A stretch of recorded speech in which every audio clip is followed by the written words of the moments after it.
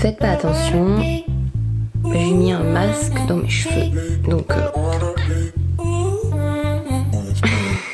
Bonjour à tous, je suis pas contente de vous retrouver aujourd'hui sur ma chaîne. Aujourd'hui c'est une nouvelle édition des vidéos, comment on pourrait les appeler, Aide-moi Aurélie. Je vous ai demandé sur l'onglet communauté de ma chaîne et sur Instagram également de me poser des questions, éventuellement de m'envoyer des photos de vos soucis make-up, de vos soucis soins, de vos soucis tout court. Et donc aujourd'hui je vais répondre à quelques questions que l'on m'a posé. J'espère que la vidéo va vous plaire et puis on commence tout de suite. Bonjour Aurélie, le soin à la vitamine C, c'est le matin ou le soir? Alors, ça peut être les deux en fait. La vitamine C ne vous rend pas, contrairement à ce que j'ai entendu ou lu ou peu importe, ça ne vous rend pas sensible au soleil. Par contre, la vitamine C est sensible au soleil. C'est un peu la confusion qu'il y a souvent avec la vitamine C, c'est-à-dire que elle est fragile à la lumière, donc il vaut mieux qu'elle soit, si c'est en sérum par exemple, dans un flacon hermétique ou que vous l'évitez. Il faut éviter en fait de la sortir à la lumière, de sortir le flacon à la lumière, le garder enfermé dans un placard et tout pour le protéger au maximum. Sinon, effectivement, c'est pas photosensibilisant et vous pouvez très bien le mettre la journée. D'ailleurs, ça aide, étant donné que c'est un antioxydant, ça aide pour les radicaux libres, ça aide pour les agressions du soleil. Bien sûr, il faut l'utiliser en complément d'une protection solaire, mais vous pouvez parfaitement l'utiliser le matin. Et vous pouvez parfaitement aussi l'utiliser le soir parce que, entre autres, la vitamine C, ça aide aussi à booster la production de collagène de la peau. Et en complément, par exemple, avec un deuxième sérum aux peptides, ce qu'il m'arrive de faire parfois, et bien du coup, l'utiliser plutôt le soir, ça peut plutôt booster le collagène si vous avez plutôt envie d'avoir une action sur anti-âge, on va dire. Même si se protéger aussi du soleil, c'est aussi une action anti-âge, mais peu importe, c'est comme vous voulez, le matin ou le soir. Une base à paupières très agrippante. Alors, en base à paupières très agrippante, ça dépend. Pourquoi? Ça dépend de plein de choses en fait. Parce que je n'utilise pas les mêmes bases qui agrippent si je veux utiliser un fard qui est très pailleté par rapport à un fard qui est très... un fard mat par exemple. En règle générale, il a quand même besoin de quelque chose de moins agrippant que le reste. Base très agrippante, il y a la Glitter Glue de Too Faced qui est toujours vendue et qu'on trouve toujours sur le site de Sephora, qui agrippe vraiment très fort tout ce qui est fard, irisé, satiné ou même les paillettes. C'est une... je vais la chercher. Donc, c'est celle-ci. Alors, je conseillerais quand même pas pour toute la paupière, pour tout le temps, pour tous les fards, mais si vraiment vous avez des problèmes à faire tenir les fards satinés par exemple sur la paupière mobile ou ici à l'intérieur parce qu'on a plus de plis et que comme les fards satinés sont souvent plus souples, enfin, ils agrippent moins la paupière qu'un fard mat, du coup ça se glisse plus facilement dans les plis. Ça c'est vraiment très bien, il en faut pas beaucoup. Ensuite il y a deux bases que j'aime bien. Je n'ai plus l'autre, mais je vais quand même vous en parler parce qu'elle est vraiment excellente sur les paupières très grasses. Donc il y a la base pour les yeux 24 heures de MAC qui est très bien, qui marche pour la plupart des... Enfin, qui fonctionne sur la plupart des personnes et encore mieux si vraiment vous avez les paupières vraiment très grasses, c'est la base Photo Finish pour les yeux de Smashbox qui est vraiment excellente aussi. Voilà, c'est les bases les plus agrippantes que j'ai testées. Bonjour, quels sont tes conseils pour afficher des lèvres pulpeuses et naturellement? Alors j'ai une vidéo en fait que je vais vous mettre en barre d'infos sur comment maquiller la bouche pour qu'elle ait l'air plus pulpeuse, donc bien je t'invite à aller voir cette vidéo directement parce que j'explique toutes les étapes pour tricher entre guillemets et qu'elles paraissent plus pulpeuses, donc je mets ça en barre d'infos. Alors coucou Aurélie, as-tu testé le nouveau fond de teint Care de Sephora à 97% naturel? Je crois que ça doit être le fond de teint qui est tout nouveau, qui vient de sortir depuis quelques jours. Non, je l'ai pas encore testé. Si ça vous intéresse, n'hésitez pas à me le dire en commentaire, comme ça il fera partie des prochaines vidéos fond de teint. Alors, bonjour Aurélie, une question purement pragmatique concernant les dates de péremption des produits de maquillage. Il y a sur presque tous ces produits des dates de consommation après ouverture. Oui, tout à fait. Le problème est qu'il est très difficile de tout terminer ou presque dans les temps. Peut-on dépasser cette date sans danger pour la peau et si oui, de combien? Et toi, comment fais-tu, étant donné ton métier et la quantité de maquillage en ta possession? Merci de ta réponse. Alors, concernant tout ce qui est en fait produits, j'ai envie de vous dire tous les produits qui contiennent de l'eau sont les produits où les moisissures et les bactéries peuvent proliférer. Les dates de péremption après ouverture, ça ne veut pas forcément dire qu'à minuit, effectivement, votre produit d'un coup va tourner. C'est la date maximum, on va dire, où le produit va vous apporter tous ses bénéfices. Après, il y aura moins de bénéfices à l'utiliser ou potentiellement moins, et il y a plus de risques effectivement que les conservateurs et autres ingrédients qui permettent de garder le produit en bon état ne fassent plus leur travail correctement et donc ça commence à proliférer à l'intérieur. Ce qui ne veut pas dire que à minuit 1, si c'est marqué le 25 janvier, le 26 janvier minuit 1, ça ne veut pas dire que d'un coup vous allez avoir une tonne de bactéries à l'intérieur. En plus, il y a plein de choses qui peuvent rentrer en compte. Si vous avez effectivement utilisé vos doigts qui n'étaient pas propres pour prélever la crème, et ça va dépendre aussi de votre sensibilité personnelle. Moi, par exemple, les mascaras, on peut les garder jusqu'à 6 mois, mais souvent je les garde pas plus de 3 mois parce que j'ai les yeux extrêmement sensibles et je fais énormément de... Je suis sujette aux conjonctivites. Et depuis que je ne les garde que 3 mois, je ne fais plus de conjonctivite ou presque plus. Donc il vaut mieux, effectivement, ne pas dépasser la date de péremption. Si vous êtes professionnel, il faut faire attention à vos produits et ne pas dépasser la date. Si c'est pour vous et pour vous seul surtout, à partir du moment où le produit n'a pas changé de couleur, n'a pas changé de consistance, n'a pas changé d'odeur, vous pouvez très bien le garder. Moi personnellement, comment je fonctionne, je surveille les dates de tous mes produits dans mon kit et à partir du moment où cette date a été dépassée, ils arrivent dans mon utilisation personnelle, on va dire. Après, tout ce qui est poudre, vous avez très peu de chances d'avoir les bactéries qui prolifèrent à l'intérieur. Tout ce qui est palette, poudre, il y a pas de chance d'avoir une prolifération de bactéries. Il n'y a pas d'eau en fait et les bactéries ont besoin d'eau. Donc vous pouvez garder tout ce qui est blush à partir du moment où c'est pas crème en fait plus longtemps. Après, si ça a été exposé à la lumière, et ça c'est une autre chose, par exemple les fards à paupières, si c'est tout le temps ouvert, si le soleil tombe dessus, au bout d'un moment donné, c'est la couleur qui va s'altérer. Et je change mes produits crème, liquide, mes fonds de teint par exemple, tous les ans. Le mascara, il a en général pas le temps de durer 3 mois. Voilà. Après pour moi, mes rouges à lèvres à moi et éventuellement les fonds de teint que je récupère de ma couleur de mon kit, parce que comme je vous dis ça passe de mon kit à moi, du coup je surveille l'odeur, la couleur, tout ce genre de choses. Et si ça vous paraît bien, si vous n'avez pas la peau hyper sensible, vous pouvez parfaitement continuer à les utiliser. Alors, coucou Aurélie, quand je mets ma poudre By Terry MAC Mineralize, ça fait des taches ou des marbrures sur mon teint, j'en mets pourtant légèrement, je n'ose plus poudrer ma zone T. Comment puis-je éviter ce genre de désagrément s'il te plaît? Merci pour ton aide. Quand vous faites votre teint, il faut faire attention à plusieurs choses. C'est là d'où peuvent venir les taches. Quand vous faites votre teint, vous devez faire attention qu'il soit partout homogénéisé et estompé de la même façon et de la même quantité. Si vous vous faites une grosse épaisseur de fond de teint là, et que partout ailleurs c'est très léger, si le fond de teint n'a pas le temps de s'installer et de sécher entre guillemets, et que vous mettez certaines poudres après par-dessus, comment dire, une épaisseur qui n'a pas eu le temps de sécher par rapport à une autre qui est beaucoup plus fine. Donc vous allez avoir une différence de couleur entre les deux. Il faut prendre du temps pour faire son teint. Et si vous avez plusieurs épaisseurs parce que vous avez voulu par exemple, effectivement vous avez besoin d'un peu plus de fond de teint là parce que vous avez des trucs à cacher un peu plus, ce qui est parfaitement normal, il faut vraiment attendre que cette zone là soit un peu plus sèche du coup que les zones à côté.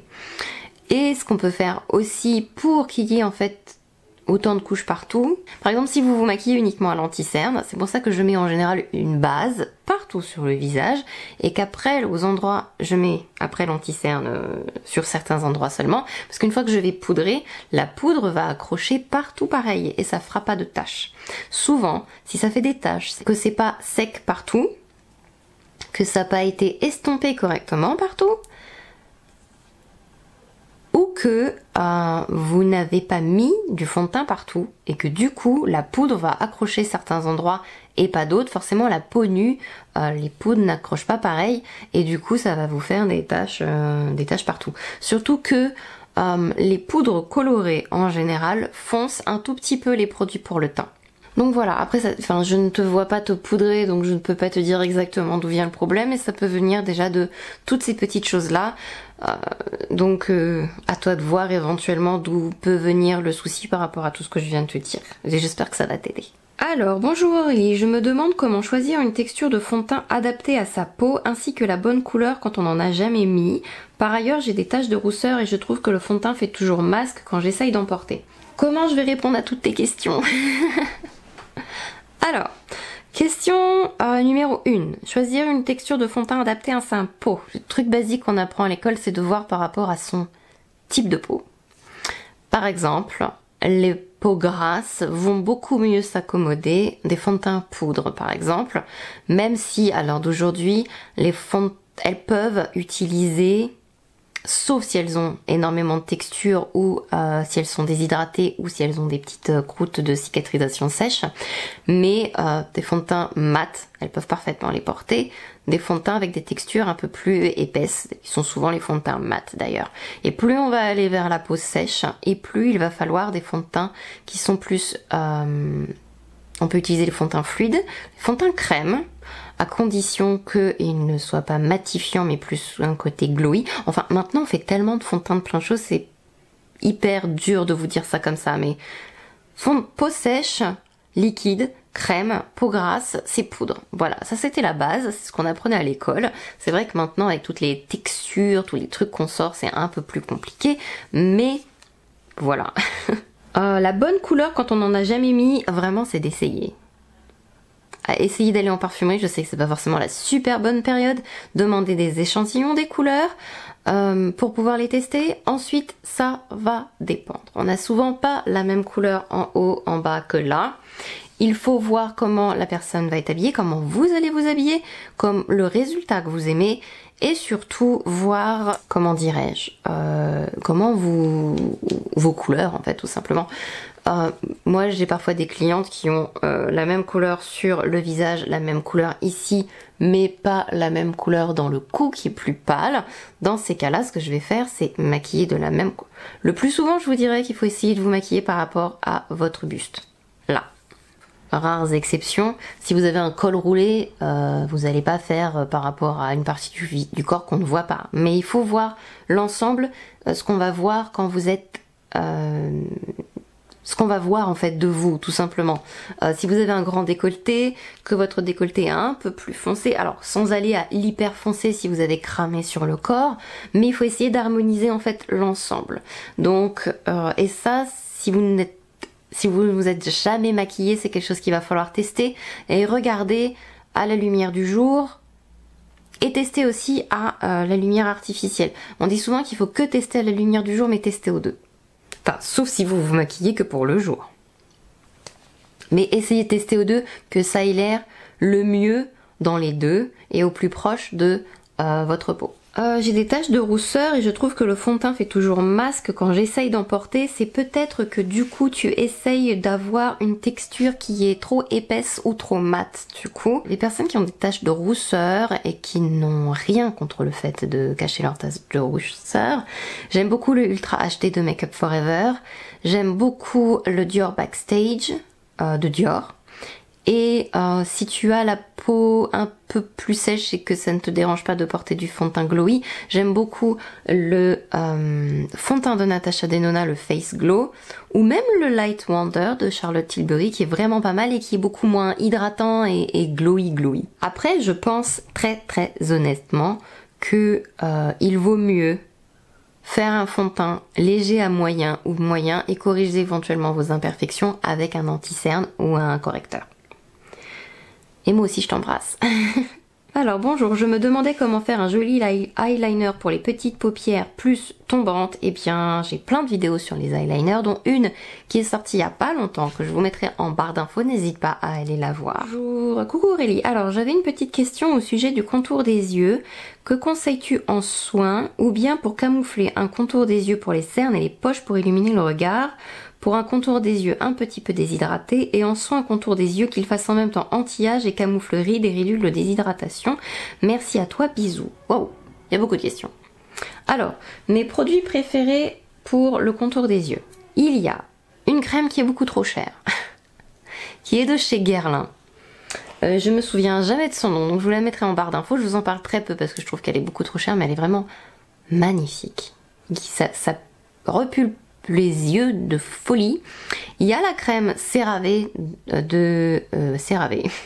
Il y a la crème CeraVe, la crème réparatrice pour les yeux, qui est vraiment très bien. Elle coûte pas très cher. Elle hydrate bien, elle est très confortable à porter, la texture est un peu baume, donc si vous avez la peau un peu plus sèche, elle est très bien aussi. J'aime beaucoup cette crème. Et ensuite il y a un produit qui s'appelle, c'est l'essence Aqua Hypnotica de Sanoflore, qui est une essence pour les yeux, et vraiment, si vous avez des petites ridules de déshydratation autour des yeux, c'est un truc fantastique. C'est très... faut que j'en rachète d'ailleurs. C'est très liquide. Il en faut juste 2 gouttes. Vous tapotez les yeux avec et vous allez voir, c'est juste un truc de fou. Ça... c'est un truc de fou. Il faut vraiment le voir par vous-même. J'ai pas de mots. Ça enlève les ridules de déshydratation. C'est un truc de fou. Juste avant le maquillage, en plus, c'est parfait. Et c'est tellement léger. Si vous n'aimez pas mettre de crème ou de texture autour des yeux, franchement, c'est un truc de fou. Et il y a aussi le sérum pour les yeux Minéral 89 de Vichy. Il y a une petite bouteille spécifique pour les yeux, elle est vraiment très bien aussi. Si vous supportez la formulation Vichy.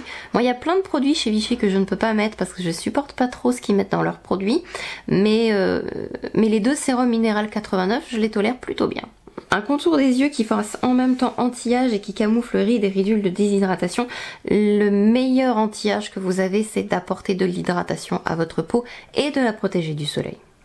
Déjà, ça c'est la base. Je dirais que si déjà vous arrivez à faire ça correctement, vous n'avez pas besoin de grand chose de plus. Parce que, et les cernes, cherchez un produit qui contient éventuellement de la caféine, c'est drainant. La plupart du temps, les cernes, c'est la fatigue et une mauvaise circulation. Il faut bien vous rendre compte que cette zone-là est extrêmement fine et que du coup, c'est moins camouflé que sur une autre partie de votre corps, en fait. Il n'y a pas beaucoup de... il y a pas énormément de peau, là, en fait, pour cacher ce qui est en dessous. On voit tout, les vaisseaux, et comment dire. Et si c'est marron, il n'y a pas grand chose à faire, c'est souvent en fait héréditaire et là, même si vous dormez 14 heures, ça va pas diminuer grand chose de vos cernes. Mais buvez, hydratez, massez un petit peu le contour de vos yeux, vous faites 2 doigts comme ça, ou même un seul, et vous faites en fait un massage, vous faites même comme ça, vous faites les lunettes.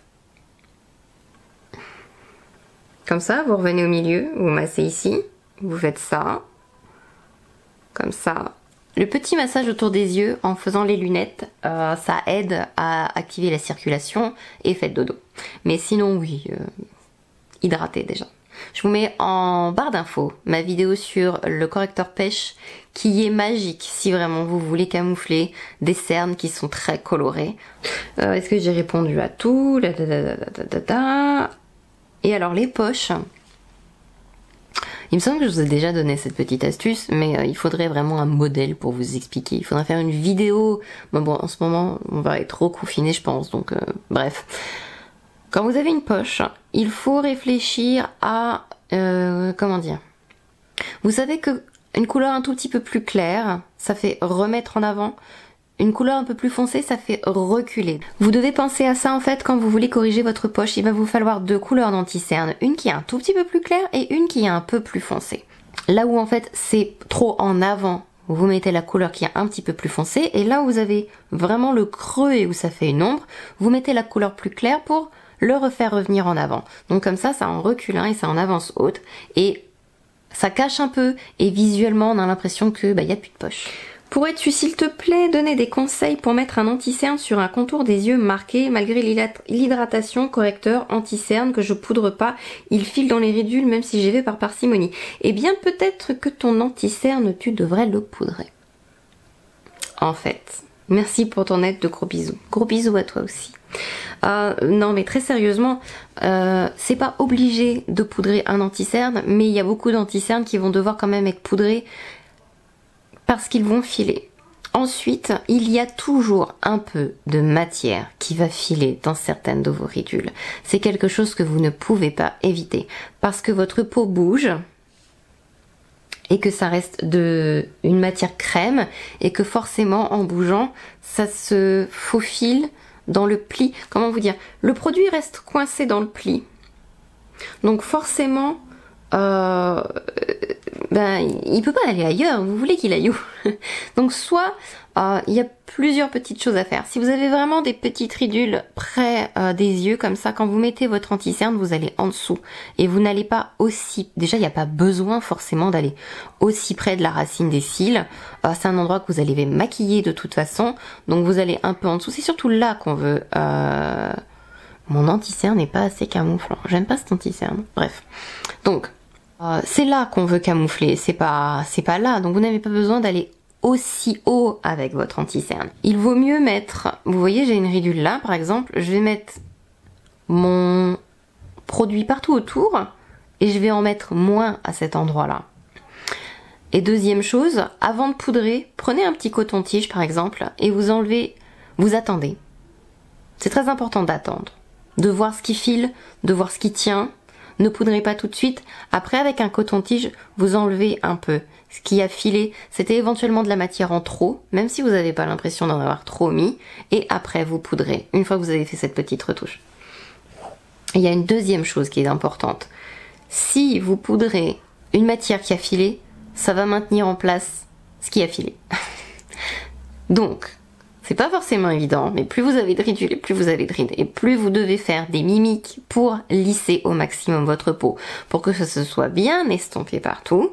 Ensuite, vous attendez, vous re-estompez, et là vous poudrez. Après, il y a toujours un peu de matière qui file, il y en aura toujours un tout petit peu. Il faut éviter qu'il y en ait trop, pour que ça vous vieillisse surtout. Mais vous voyez, cette ridule-là, j'en ai toujours à l'intérieur. Surtout avec l'anti-cerne que j'ai mis.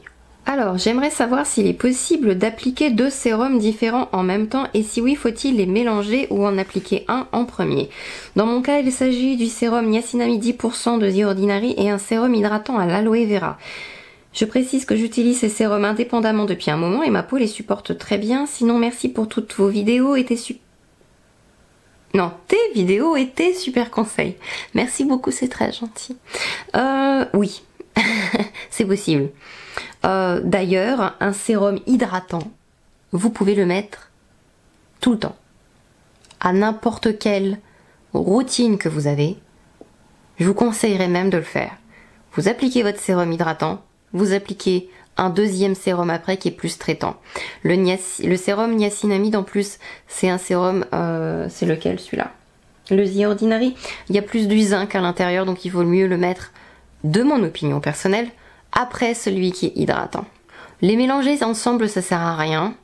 En plus, selon les sérums que c'est pas forcément une bonne idée. Il vaut mieux, mais les superposer, en mettre l'un après l'autre, totalement. Sérum hydratant d'abord, le reste après, c'est complètement possible de le faire. Et puis ce serait dommage de pas le faire en plus. Comment camoufler la coupe rose pour une peau mature, nez et joues, fond de teint, anti-cerne? Merci pour tous tes conseils. Elle est vaste la question. J'ai pas encore trouvé de personne avec la coupe rose ou une rosacée qui accepterait une vidéo avec moi, malheureusement. Mais grosso modo, comment je fais quand je veux camoufler ce genre de peau? D'abord, j'hydrate très bien. En général, les peaux qui ont une rosacée, une coupe rose, qui sont très rouges, elles sont aussi assez sèches. Donc il faut bien l'hydrater pour que la peau soit le plus confortable possible et que rien ne l'irrite surtout, parce que ça va aggraver la rougeur. Il faut éviter aussi de trop frotter le visage. Donc en général, j'essaye d'aller vite, d'avoir les gestes les plus doux possibles, parce que ça peut encore là accentuer la rougeur du visage. Ensuite, Ce que j'aime bien faire, c'est utiliser une base verte uniquement, et je précise, uniquement aux endroits où c'est rouge. Ça ne sert à rien de l'appliquer sur tout le visage, c'est vraiment là où sont localisées les rougeurs. Le produit que j'aime bien, c'est tout simplement un correcteur vert, un correcteur vert en petites touches partout. Vous pouvez soit mettre le fond de teint d'abord, mettre le correcteur vert et après un peu d'anti-cerne, soit faire un correcteur, mettre du fond de teint et après un peu d'anti-cerne, mais je vous avoue que si c'est un vrai correcteur, je préfère faire fond de teint, parce que là, comme le rôle du fond de teint en fait, c'est de commencer à unifier partout en fait. Donc vous risquez de mettre trop de correcteur alors que le fond de teint arrive parfaitement à faire le travail tout seul. Donc vous unifiez, vous voyez ce qui vous reste comme rougeur, vous mettez une petite touche de correcteur vert, vous attendez, et après vous mettez une petite touche d'anti-cerne pour que ce soit un peu plus couvrant. On a tendance à vouloir utiliser des produits qui sont comme ça hyper couvrants partout, mais ça va accentuer la sécheresse, ça va accentuer la texture éventuelle, parce qu'en général une rosacée, coupe rose, etc. c'est très texturisé, c'est très, c'est pas lisse, hein. Donc ce genre de fond de teint, ça va accentuer encore plus. Donc il vaut mieux utiliser un fond de teint léger, hydratant. Moi j'aime bien, ou bien étiré, mais dans ces cas-là, il faut faire attention en l'étirant de pas trop frotter le visage, c'est un peu plus dur. Donc il vaut mieux une texture très fluide, voilà, qui hydrate. Donc mettre le petit correcteur vert et après mettre l'anti-cerne. Je me répète, je sais. Sinon, il y a un autre produit que j'aime bien et que lui, je le mets en dessous du fond de teint. Il me donne un peu moins de travail à faire et je passe directement au fond de teint anti-cerne. C'est le produit de Dr. Jart, le traitement correcteur de couleur dans la gamme Cicapair. C'est un produit que j'aime beaucoup et il est en plus traitant et il soulage et il apaise, etc. les peaux qui ont des rougeurs. La gamme Cicapair d'ailleurs de Dr. Jart, c'est une gamme que j'aime beaucoup. C'est la gamme, elle est de couleur, le packaging est de couleur verte. Et en général, après, derrière, j'utilise aussi blush crème, parce qu'en général, c'est toujours sur les joues, hein, donc blush poudre, je trouve que ça accentue la texture, je préfère un résultat frais, donc je vais utiliser un blush crème, ou je vais utiliser tout simplement un rouge à lèvres pour lui faire un blush. Alors, comment cacher des cernes creuses? Merci beaucoup. Ben, les cernes creuses, c'est exactement le principe des cernes avec des poches.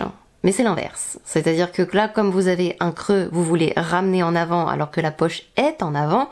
Donc là où la cerne, la poche, on met l'anti-cerne foncé et l'anti-cerne clair en dessous, bah vous faites l'inverse, vous mettez l'anti-cerne clair en dessous et vous mettez l'anti-cerne foncé en bas. Ça fait comme ça, alors que l'autre c'était comme ça. C'est exactement le même principe, il va falloir aussi deux couleurs d'anti-cerne, un tout petit peu plus foncé que votre carnation et un tout petit peu plus clair que votre carnation. Si vous voulez vraiment comme ça atténuer et corriger la poche ou le creux, sachant bien sûr que ça reste que du maquillage et ça vous fera pas non plus un effet Photoshop, mais ça se sera déjà beaucoup atténué. Après, si c'est un vrai complexe, il est fort probable que vous ne trouviez pas ça suffisant. Parce que, bah moi par exemple, je trouve que mon nez est énorme, et j'ai beau faire du contouring, j'ai beau faire ce que je veux, dans ma tête il est énorme. Donc ça change pas grand chose. Mais voilà. Mais ça sera déjà atténué de beaucoup. Et après, de toute façon, j'ai envie de vous dire, vous êtes jolie. Voilà.